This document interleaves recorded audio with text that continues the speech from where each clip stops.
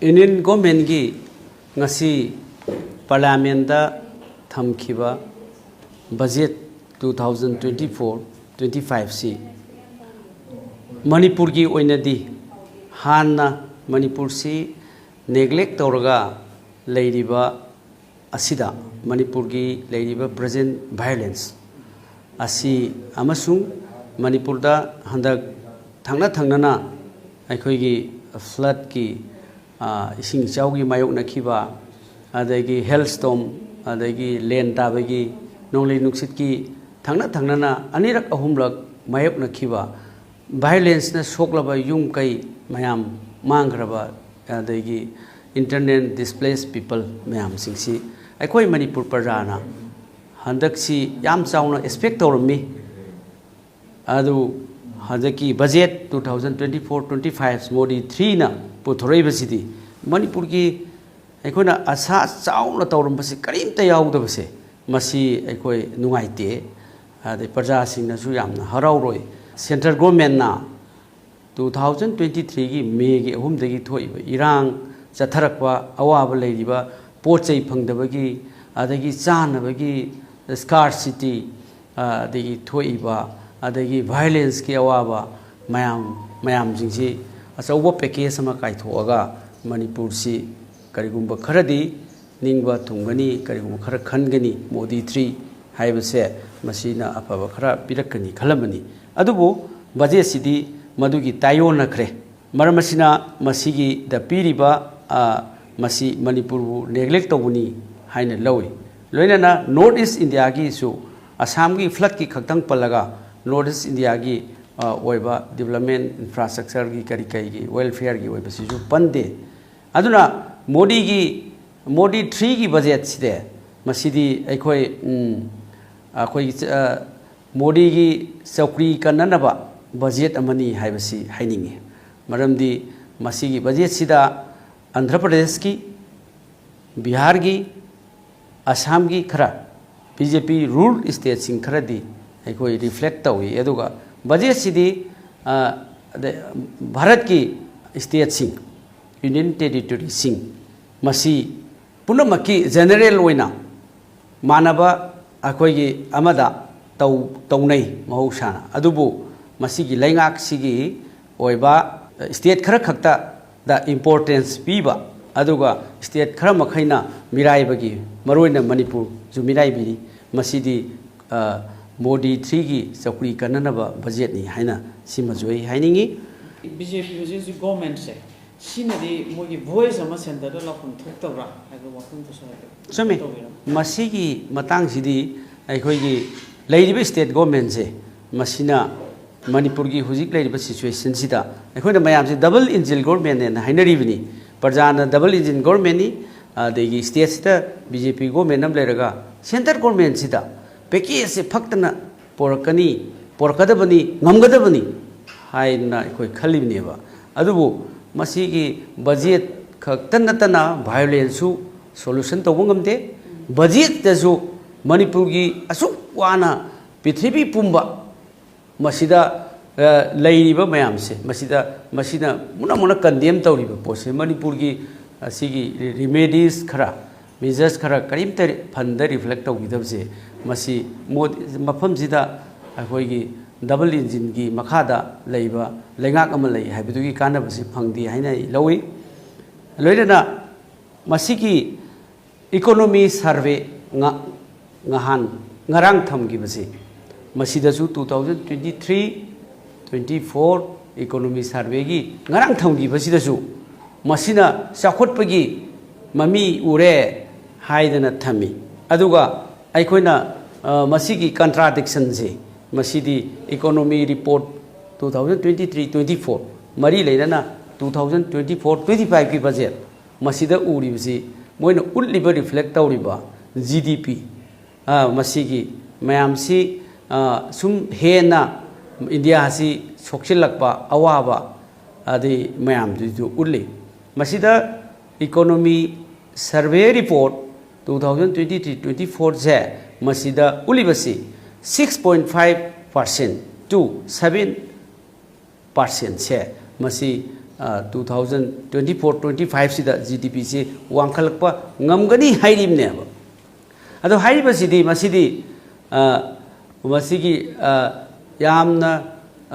सांगसु सांगद्रिबा 2014 दा prime minister मतमदुगी प्राइम मिनिस्टर मनमोहन ना मागी अरोइबा तामगी 2014 दो अदुगी अदुदा अदुगी फाइनेंशियल ईयर दुदा ngसाइगी GDP से अदुम 8% जौरमबनेब अदो हुजिक्ति ngसाइगी 4 दगी 5 दगी 5 point something अदगी 6.5 अना सिदा टारगेट तौरिबसे इंडिया से ग्रोथ लेरे हाइरिबसे मसी आइदी प्रैक्टिकली इकोनॉमी सर्वे रिपोर्ट सिसु अदगी बजेट सिसु मसी प्रजाना हराउरोय अदुगा मसीगी बजेट सिदा याउरिबा टैक्स की रिजिम सिसु अखोइजी ओवरनाइट अखोइगी टैक्स अखोइगी कनोगी GST मसीजी अदगी ओवरनाइट टैक्स अखोइगी इम्प्लीमेंटेशन अनौबा रिजिम अमा तौबसिदा अखोइजी टैक्स टेररिज्म चथरे मयाम सी टैक्स खाइबा खोमबा खोंगटबा कलेक्शन तौबा हिरम खुदिमक्ता अखोइगी टैक्स से लौबा मसिना टैक्स टेररिज्म अमा चथरे हाइन हाइनरिबसे स्टिल कंटिन्यू मोदी 3 दा ओनली हंदकी सिदा टैक्स मागी रिजिम सी सरकार की कर्मचारी सिंह खरा एग्जाम्पशन तौबा खोपा खितंग चेंजेस खरा मा लई बट अदुदी अखोइगी लाइरबा सिंगी अदगी मिडल क्लास फैमिली मयाय होइना अखोइगी खरा वाबा यामना वाबा अदुगुंबा सिंगददी रिफ्लेक्ट तौदे अहोंब लेते अदुना टैक्स टेररिज्म जे दुम चथै लोइना मसीगी केनोसी थबक पीबगी सही मंगा सिदा ताम मोदी 3 सिगी सही मंगा सिदा महाकना अदगी यूनियन मिनिस्टर फाइनेंस ना लाउथोइबसी 4.1 करोड़ सही मंगा सिदा थबक पीगिनी हाइबनी अदुसु within an amount of rupees अखोइगी 2 lakh crore 2 lakh crore सी काइथोगा करोड़ मरीगा दशमिक अमा सिगी थबक से जॉब सही मंगा संगना पीनी हाइबनेबा अदुदी मतांग सिदा लाइबो वाफमदी मोदी 1 and 2 दा सही अमदा मी करोड़नी थबक पीनी हाइबनेबा अदुना लास्ट 10 years ता मान मोदी जी ना पीखिबा कमिटमेंट ऑनरेबल प्राइम मिनिस्टर ना पीखिबा कमिटमेंट दो हौजिक अमुक चेंज तौरे अहोंग बुलाए अदुना सही 10 दा पीखिबा कमिटमेंट दो लोइना मुक तुंगोइनरमगा सही मंगा सिदा अनौबा मुक हाइरकपसे मसी प्रजाना मसीसु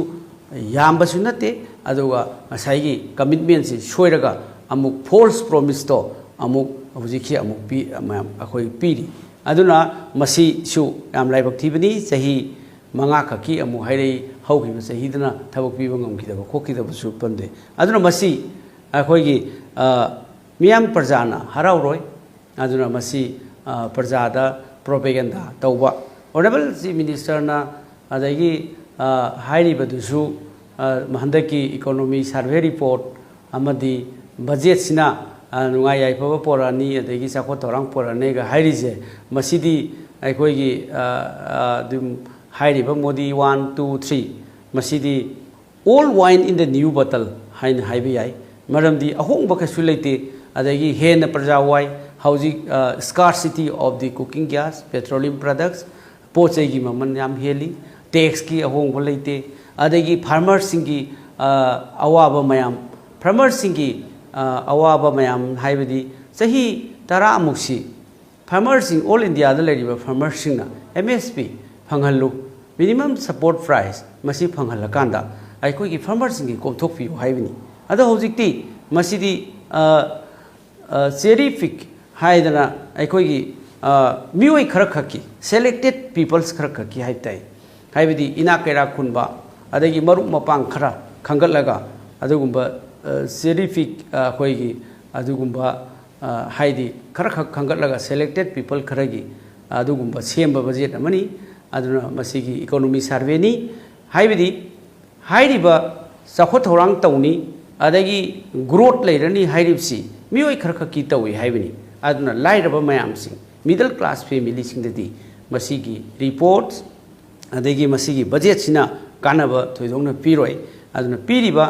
honorable prime minister na Viksit India hairibse chindadi yam phajakre adegi mapung phana chakhotpa India amagini haidana hairiba Viksit India gana hairibsidi masidi maming tagini aduna masagi sahi tara da koi thengnar khre state government na haijinba adagi central government na miyam da false commitment piba mayam koi thengnar khre aduna masigi economy survey 2023-24 amadi